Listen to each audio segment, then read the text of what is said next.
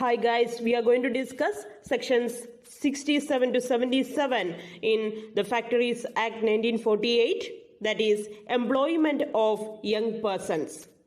ഒരു ഫാക്ടറിയിൽ യങ് പേഴ്സൺസിന്റെ എംപ്ലോയ്മെന്റിന് വേണ്ടിയിട്ട് എന്തൊക്കെ പ്രൊവിഷൻസ് ആണ് ഫാക്ടറീസ് ആക്ടിൽ ഉൾപ്പെടുന്നത് എന്നാണ് നമ്മൾ ഡിസ്കസ് ചെയ്യാൻ പോകുന്നത്. ഫസ്റ്റ് ഓഫ് ഓൾ നമുക്ക് യങ് പേഴ്സൺ എന്നുള്ള ഈ ഒരു ടേം എന്തിനെയാണ് ഡിനോട്ട് ചെയ്യുന്നത് എന്ന് നോക്കാം. നമുക്കറിയാം 18 വയസ്സ് കംപ്ലീറ്റ് ആയ ഏതൊരാളെ നമ്മൾ അഡൽട്ട് എന്നാണ് പറയുന്നത്.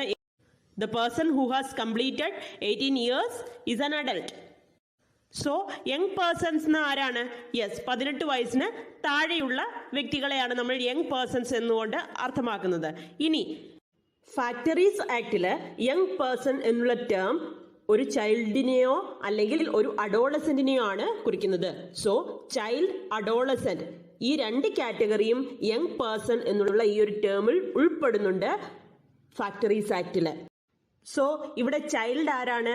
യെസ്, 14 വയസ്സ് കംപ്ലീറ്റ് ആയി പക്ഷെ 15 വയസ്സ് ആയിട്ടില്ല, അങ്ങനെയുള്ള കുട്ടികളെയാണ് ചൈൽഡ് എന്നതുകൊണ്ട് ഉദ്ദേശിക്കുന്നത്. The person who has completed his 14 years but has not completed 15 years is a child. And who is an adolescent? Yes, the person who has completed 15 years but has not completed 18 years is an adolescent. 15 വയസ്സ് തികഞ്ഞിട്ടുണ്ട് പക്ഷേ 18 വയസ്സൊട്ട് ആയിട്ടുമില്ല. അത്തരത്തിലുള്ള കുട്ടികളെയാണ് adolescent എന്ന് പറയുന്ന term denote ചെയ്യുന്നത്.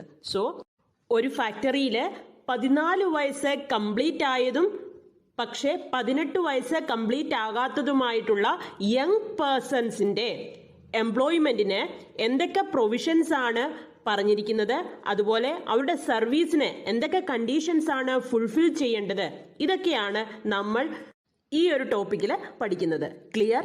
Child, adolescent, young person ഈ 3 ടേമും മാറിയും തിരിഞ്ഞും ഈ ടോപ്പിക്കിലുടനീളം ഇനി റിപ്പീറ്റ് ആകുന്നുണ്ട്. സോ ഈ 3 ടേമും എന്താണെന്ന് മനസ്സിലാക്കിയാൽ നമുക്ക് ഈ ടോപ്പിക് ഈസി ആകും. അതുകൊണ്ടാണ് ഇത്രയും പറഞ്ഞത്. സോ നമുക്ക് സെക്ഷൻസ് നോക്കാം.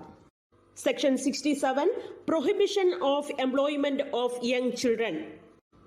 According to section 67, a child who has not completed his 14 years of age shall not be allowed to work in any factory. 14 വയസ്സ് കംപ്ലീറ്റ് ആകാത്ത ഒരു കുട്ടിയെയും ഒരു ഫാക്ടറിയിൽ വർക്ക് ചെയ്യുവാൻ അനുവദിക്കരുത്. Shall not be allowed or must not be allowed എന്ന് പറഞ്ഞിരിക്കുന്ന സെക്ഷനാണ് section 67. Shall not be allowed or must not be allowed എന്ന അബ്സല്യൂട്ട് പ്രൊഹിബിഷൻ ആണ്. മറ്റൊരു തരത്തിൽ പറഞ്ഞാൽ 14 വയസ്സ് കംപ്ലീറ്റ് ആകാത്ത കുട്ടികളെ ഫാക്ടറിയിൽ വർക്ക് ചെയ്യുന്നതിൽ നിന്നും പ്രൊഹിബിറ്റ് ചെയ്യുന്ന സെക്ഷനാണ് സെക്ഷൻ 67. ഇവിടെ നമ്മൾ ഓർക്കേണ്ട ഒരു കാര്യമുണ്ട്. നമ്മുടെ ഇന്ത്യൻ കോൺസ്റ്റിറ്റ്യൂഷന്റെ ആർട്ടിക്കിൾ 24 എന്താണ്? Prohibition of employment of children ആണ്. 14 വയസ്സിന് താഴെയുള്ള കുട്ടികളെ ഫാക്ടറികളിൽ അതുപോലെ ഡേഞ്ചറസ് ആയിട്ടുള്ള ആക്ടിവിറ്റീസ് കണ്ടക്ട് ചെയ്യുന്ന പ്രിമൈസസിൽ വർക്ക് ചെയ്യുന്നതിന് പ്രൊഹിബിറ്റ് ചെയ്യുന്ന ആർട്ടിക്കിളാണ് ആർട്ടിക്കിൾ 24. സോ ആർട്ടിക്കിൾ 24 എന്താണോ പറഞ്ഞിരിക്കുന്നത് അത് തന്നെയാണ് section 67 of factories act repeat ചെയ്യുന്നത്. That is prohibition of employment of young children. 14 വയസ്സ് കംപ്ലീറ്റ് ആകാത്ത കുട്ടികളെയാണ് യങ് ചിൽഡ്രൻ എന്നുകൊണ്ട് മീൻ ചെയ്തിരിക്കുന്നത്. പ്രൊഹിബിഷൻ എന്നത് അബ്സല്യൂട്ട് പ്രൊഹിബിഷൻ ആണ്. അതായത് ഒരു എക്സംഷൻ ഇല്ല. ഒരു എമർജൻസി ആയിരുന്നു അല്ലെങ്കിൽ ഒരാൾക്ക് ആൾട്ടർനേറ്റ് ആയിട്ട് ഒരു ദിവസത്തേക്കാണ്, എന്തെങ്കിലുമൊക്കെ എക്സംഷൻസ്, എക്സ്ക്യൂസസ് ഒന്നും ഈ ഒരു സെക്ഷൻ 67 ഇല്ല. It is an absolute prohibition. There is no exemption. So ഒരു ഫാക്ടറിയിൽ ഏതെങ്കിലും ഒരു കുട്ടിയെ വർക്കിന് എംപ്ലോയ് ചെയ്യുന്നതിന് മുമ്പായിട്ട് ആ എംപ്ലോയർ ആ കുട്ടിയുടെ ഏജിൻ്റെ കറക്റ്റായിട്ടുള്ള കാര്യങ്ങൾ അറിഞ്ഞിരിക്കണം, അസർട്ടൈൻ ചെയ്തിരിക്കണം. കറക്റ്റായിട്ടുള്ള പ്രൂഫ് അദ്ദേഹം അസർട്ടൈൻ ചെയ്തിരിക്കണം. അല്ലാതെ കുട്ടി അങ്ങനെ പറഞ്ഞു അല്ലെങ്കിൽ കുട്ടിയുടെ കൂടെ വന്ന ഒരുത്തർ പറഞ്ഞു 14 വയസ്സ് കംപ്ലീറ്റ് ആയെന്ന്, അതുകൊണ്ട് ഞാൻ വർക്കിനായിട്ട് എടുത്തു, അങ്ങനെയുള്ള ഒരു തരത്തിലുള്ള എക്സ്ക്യൂസസും അലോ ചെയ്യുന്ന ഒരു സെക്ഷൻ അല്ല section 67. It is an absolute prohibition.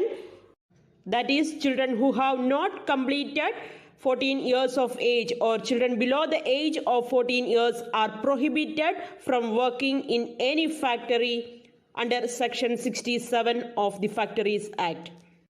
Now section 68, non-adult workers to carry tokens.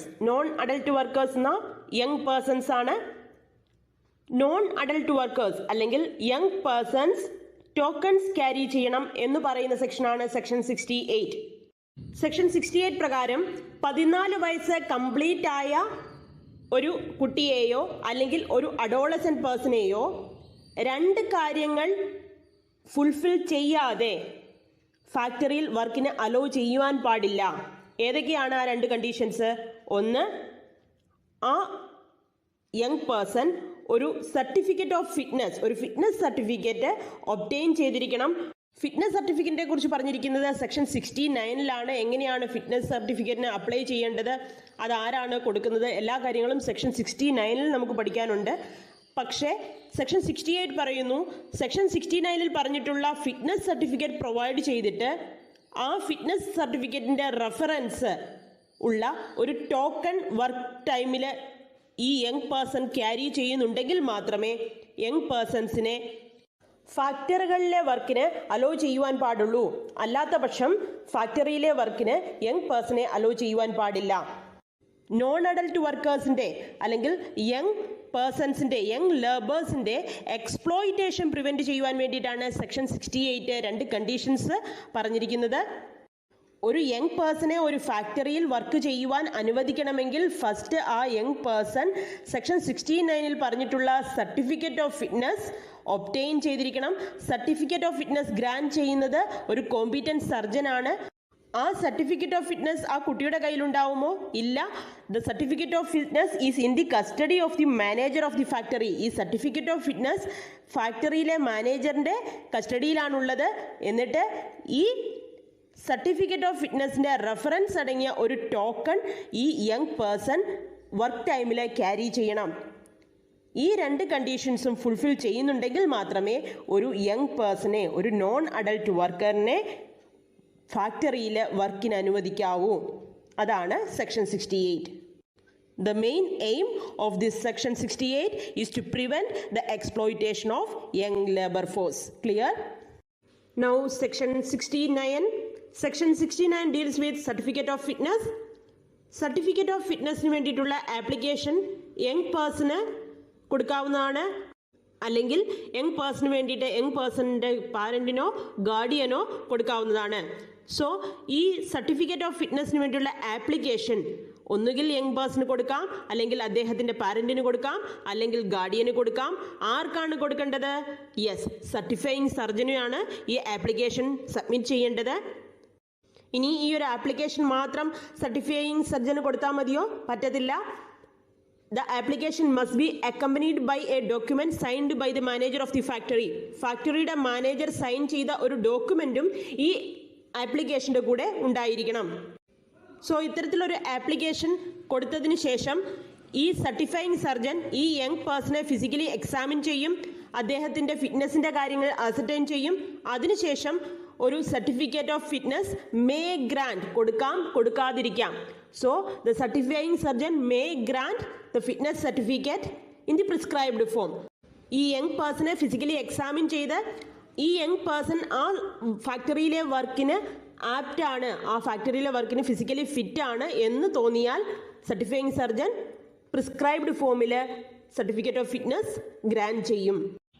ഇത്തരത്തിലൊരു സർട്ടിഫിക്കറ്റ് ഓഫ് ഫിറ്റ്നസ് ഇഷ്യൂ ചെയ്യുന്നതിന് മുമ്പായിട്ട് ഈ സർട്ടിഫയിങ് സർജന് ഈ യങ് പേഴ്സൺ വർക്ക് ചെയ്യാൻ പോകുന്ന വർക്കിൻ്റെ അറ്റ്മോസ്ഫിയറിനെ പറ്റി ഉള്ള നോളജ് ഉണ്ടായിരിക്കണം. The surgeon before issuing the certificate must have the personal knowledge of the work. ഇനി അങ്ങനെ ഒരു പേഴ്സണൽ നോളജ് അദ്ദേഹത്തിന് ഇല്ല ഈ വർക്കിൻ്റെ സ്വഭാവത്തെക്കുറിച്ചെങ്കിലോ, he must examine the place of work and the manufacturing process before issuing this certificate. So fitness certificate issue ചെയ്യുന്ന സർട്ടിഫയിങ് സർജന് ഈ young person work ചെയ്യാൻ പോകുന്ന ഫാക്ടറിയുടെ അറ്റ്മോസ്ഫിയറിനെ കുറിച്ച്, നേച്ചർ ഓഫ് ദ വർക്കിനെ കുറിച്ച് അറിവുണ്ടായിരിക്കണം, പേഴ്സണൽ നോളജ് ഉണ്ടായിരിക്കണം. ഇനി അത്തരത്തിലൊരു പേഴ്സണൽ നോളജ് ഇല്ല എന്നുണ്ടെങ്കിൽ ഈ പ്ലേസ് ഓഫ് വർക്ക് അദ്ദേഹം പോയി വിസിറ്റ് ചെയ്തിട്ട് വേണം ഈ കുട്ടി അതിന് ഫിറ്റ് ആകുമോ ഇല്ലയോ എന്ന് ഡിസൈഡ് ചെയ്ത് ഫിറ്റ്നസ് സർട്ടിഫിക്കറ്റ് കൊടുക്കേണ്ടത്. ഇത്തരത്തിൽ ഇഷ്യൂ ചെയ്യുന്ന ഒരു സർട്ടിഫിക്കറ്റ് ഓഫ് ഫിറ്റ്നസിൻ്റെ കാലാവധി, വാലിഡിറ്റി എന്ന് പറയുന്നത് 12 months ആണ്. 12 monthsന് ശേഷം അത് റിന്യൂ ചെയ്യണം, പുതുക്കണം. ഒരു സർട്ടിഫിക്കറ്റ് ഓഫ് ഫിറ്റ്നസ് ഇഷ്യൂ ചെയ്തതിന് ശേഷം, ഗ്രാൻഡ് ചെയ്തതിന് ശേഷം എപ്പോൾ വേണമെങ്കിലും അത് റിവോക്ക് ചെയ്യാവുന്നതാണ്, റദ്ദാക്കാവുന്നതാണ്. സർട്ടിഫയിങ് സർജന് ആ യങ് പേഴ്സണ് അത്തരത്തിൽ ഒരു വർക്ക് ചെയ്യുവാൻ ഫിറ്റ്നസ് ഇല്ല എന്ന് തോന്നിക്കഴിഞ്ഞാൽ എപ്പോൾ വേണമെങ്കിലും ഈ ഒരു ഫിറ്റ്നസ് സർട്ടിഫിക്കറ്റ് റദ്ദാക്കുവാൻ, റിവോക്ക് ചെയ്യുവാനുള്ള പവറുണ്ട്. സർട്ടിഫിക്കറ്റ് ഓഫ് ഫിറ്റ്നസ് 2 തരത്തിലുണ്ട്. ഒന്ന്, certificate of fitness to work as a child. അത് ആർക്കായിരിക്കും ഇഷ്യൂ ചെയ്യുന്നത്? 14 വയസ്സ് കംപ്ലീറ്റ് ആയി പക്ഷേ 15 വയസ്സ് കംപ്ലീറ്റ് ആകാത്ത ചൈൽഡിന് ഇഷ്യൂ ചെയ്യുന്നതാണ് certificate of fitness to work as a child. Number 2, certificate of fitness to work as an adult. അത് ആർക്കായിരിക്കും ഇഷ്യൂ ചെയ്യുന്നത്? 15 വയസ്സ് കംപ്ലീറ്റ് ആയ അഡോളസെന്റ് പേഴ്സൺസിന് ഫിറ്റ്നസ് ഉണ്ട് എന്ന് ബോധ്യപ്പെട്ടാൽ അഡൽട്ട് ആയിട്ട് വർക്ക് ചെയ്യുവാനുള്ള സർട്ടിഫിക്കറ്റ് ആണ് certificate of fitness to work as an adult. So ഒരു അഡോളസെന്റ് പേഴ്സണ് ഗ്രാൻഡ് ചെയ്യപ്പെടുന്ന certificate of fitness entitles him to work in a factory as an adult. ആ അഡോളസെന്റ് പേഴ്സണെ ഒരു അഡൽട്ടായിട്ട് ഫാക്ടറിയിൽ വർക്ക് ചെയ്യുവാൻ എൻറ്റിൽറ്റ് ചെയ്യുന്നു, എനേബിൾ ചെയ്യുന്നു. ഇനി നേരത്തെ ഇഷ്യൂ ചെയ്ത ഒരു സർട്ടിഫിക്കറ്റ് ഓഫ് ഫിറ്റ്നസ് റദ്ദാക്കുകയോ റിവോക്ക് ചെയ്യുകയോ അല്ലെങ്കിൽ പുതുതായിട്ട് ഒരു സർട്ടിഫിക്കറ്റ് ഓഫ് ഫിറ്റ്നസ് ഇഷ്യൂ ചെയ്യുവാൻ റെഫ്യൂസ് ചെയ്യുകയോ അല്ലെങ്കിൽ ഒരു ഫിറ്റ്നസ് സർട്ടിഫിക്കറ്റിൻ്റെ റിന്യൂവൽ റെഫ്യൂസ് ചെയ്യുകയാണെങ്കിൽ സർട്ടിഫയിങ് സർജൻ അതിനുള്ള റീസൺസ് റൈറ്റിങ്ങിൽ തന്നെ ബോധിപ്പിച്ചിരിക്കണം. The certifying surgeon may refuse to grant or renew or revoke the certificate, but he must give his reasons in writing for doing so. ഇനി certificate of ഫിറ്റ്നസിനുള്ള amount അല്ലെങ്കിൽ fees എന്നത് ഒക്കുപെയർ ആയിരിക്കണം എപ്പോഴും പേ ചെയ്യേണ്ടത്. Certificate of ഫിറ്റ്നസിന് വേണ്ടിയിട്ടുള്ള fees young പേഴ്സണിൽ നിന്നോ അദ്ദേഹത്തിൻ്റെ പാരൻസിൽ നിന്നോ ഗാർഡിയനിൽ നിന്നോ റിക്കവർ ചെയ്യുവാൻ ഒക്കുപെയറിന് കഴിയില്ല. So the fees for the certificate of fitness is payable by the occupier and it cannot be recovered from the young person or his parents or guardian.